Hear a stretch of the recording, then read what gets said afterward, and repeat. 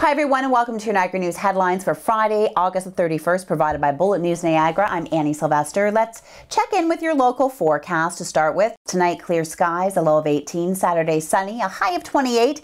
Sunday, sunny again, a low of 15, a high of 27. Monday, cloudy, a low of 19, a high of 29. Tuesday, cloudy, a 60% chance of showers, a low of 21, a high of 26. And now to some of your top headlines.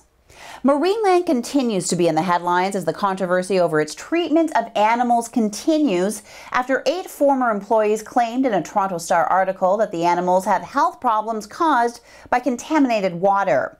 Marineland owner John Holler has maintained he's done nothing wrong and that the animals are well looked after. The Niagara Falls Humane Society and other animal welfare agencies have investigated, but no results have been made public so far.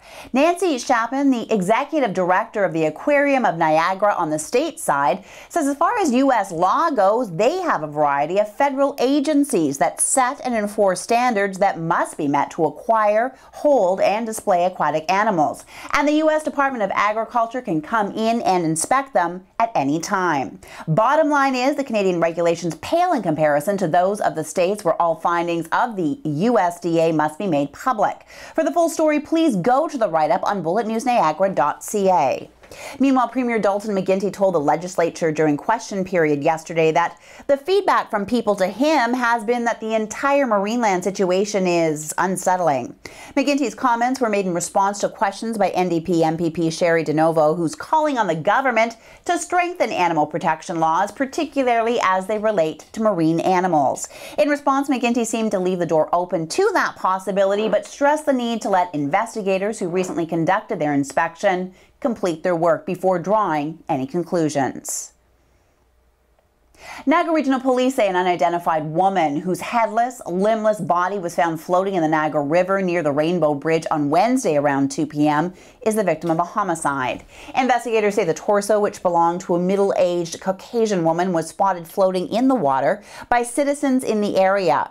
The NRP was contacted and the body removed and sent for autopsy at Hamilton General Hospital. Please tune in to Bullet News for updates on this developing story. Niagara College is trying a new sustainability initiative by banning the sale of plastic water bottles on campus. The news was announced to staff and faculty Wednesday at the college's annual Niagara Day event. The initiative originally stemmed from staff recommendations aimed at boosting the college's sustainability efforts. The college began preparing for the initiative in different ways. At the Welland campus, 6 spout attachments were installed at existing water fountains and 11 new hydration stations were added. 8 water spout attachments were also installed at the Niagara-on-the-Lake campus. VP of Corporate Services Teresa Quinlan said, if they are banning the sale of bottled water, it was important to provide an alternative for staff and students. Well, starting September the 1st, GO Transit will be adjusting some schedules and reinstating its bus service to McMaster University. With the return of school also comes the end of GO's seasonal service to Niagara Falls, St. Catharines, and Niagara-on-the-Lake. For the full details of the new schedule, please refer to the write-up on bulletnewsniagara.ca. Now to Rick Vansickle's Win Wines of the Week. The first is Pilateri's Protagonist, which Rick calls a nice fresh marriage of Gewürztraminer and Riesling. Next, Henry of Pelham Estate Chardonnay 2010. And finally, Vintage Inc. Mark of Passion Merlot Cabernet 2010. Go to Rick's column on Bullet News for all the details. Okay, let's take a break. And right now we're going to take a look at some information about the Niagara Lifestyle Home Show coming to the St. Catharines Seymour Hanna Complex September 7th through 9th.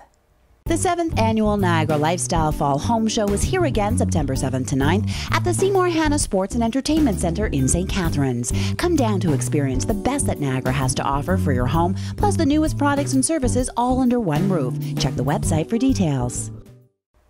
Welcome back. The Niagara Falls Buskerfest hits downtown Niagara Falls, starting with opening ceremonies tonight at 4 p.m. on Queen Street. I spoke with Artistic Director Kelly Daniels to find out a little bit more.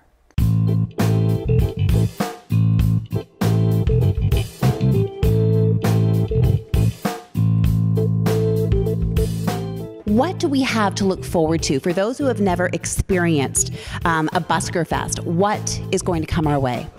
Lots of fun and excitement, over 150 performances. We have 5 pitches. A pitch is what is a busker's stage. Okay.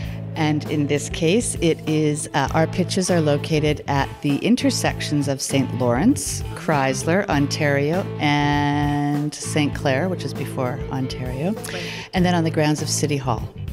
And so we have the whole intersection. The buskers use the entire intersection as their pitch or their stage, and the crowd gathers around in a circle. We have, I think we have about 25 performers coming from all over the world and locally, and throughout Canada and Niagara as well.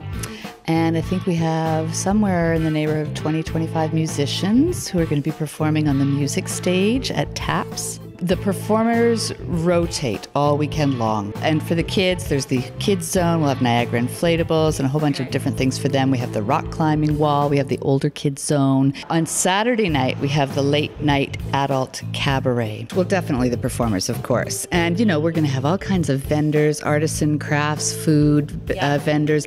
Many of the businesses are going to have extended patios. And one thing I want to remind people, the buskers do this. They are professional street performers. They perform all over the world, and for some really incredible, high-profile people as well, like Sting and Bruce Springsteen. Have actually had buskers, at their private functions and things. Yeah, and they're really quite incredible. And they have all agreed to come for an incredibly low fee this year. And they're doing this as a favor for me and our festival this year. Throw in $1 or $2, or if you're there with your family and you see an hour-long show, throw in $5, $1 for each member of your family. This street, Queen Street, has been just beautifully renovated, millions of dollars poured into the infrastructure. It's stunning, it's charming, it's eloquent. It's the perfect location for a busker festival.